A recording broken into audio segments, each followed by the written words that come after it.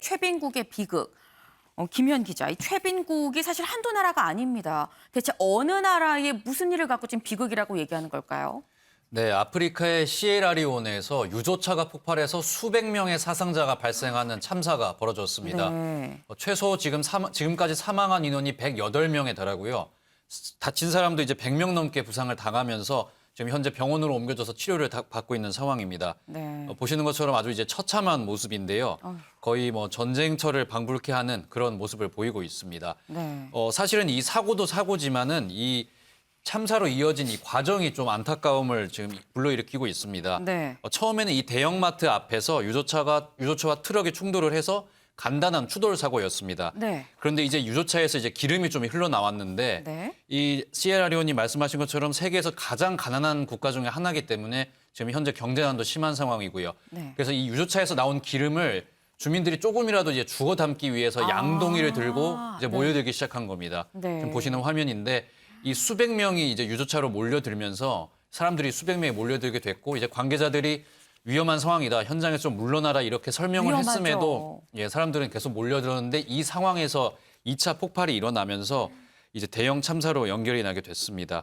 현재 중상자도 수백 명에 달하고 있는 상황이고요. 네. 의료진과 의약품도 이제 부족한 상황이라서 희생자 수는 좀 더 늘어날 것으로 보입니다. 이제 세계보건기구 WHO는 의료진과 의약품들을 이제 현장으로 파견하겠다 이런 계획을 밝힌 상황입니다. 네. 아니, 차재원 교수님. 예.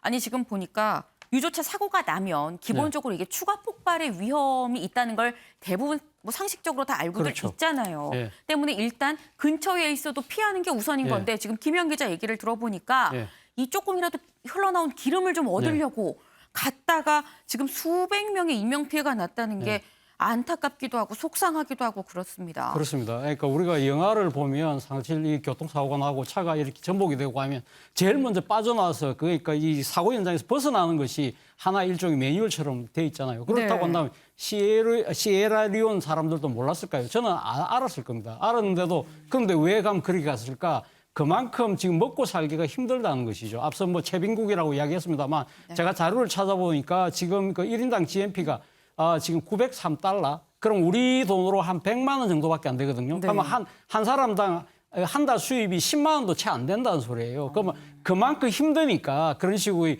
무모한 행동을 할 수밖에 없는 것이죠. 그런데 문제는 이런 국가의 빈곤은 왜 발생했는가를 우리가 여기서 한번 따져볼 필요가 있다는 겁니다. 이거는 결국 정치의 실패입니다. 시에라리온이 1961년도에 영국으로부터 독립을 했거든요. 그런데 시에라리온은 상당히 세계적인 다이아몬드 수출국이에요. 그래서 근데 문제는 이 국가의 이 자원이 특정 세력에게만 지금 가 있다는 겁니다. 이걸 둘러싸고 상당한 내전이 지금 격화되고 있는 상황이고 이러한 비극적인 장면이 그 영화 블러드 다이아몬드 디카프리오가 나왔던 그 이 영화의 배경이 바로 시에라리온입니다.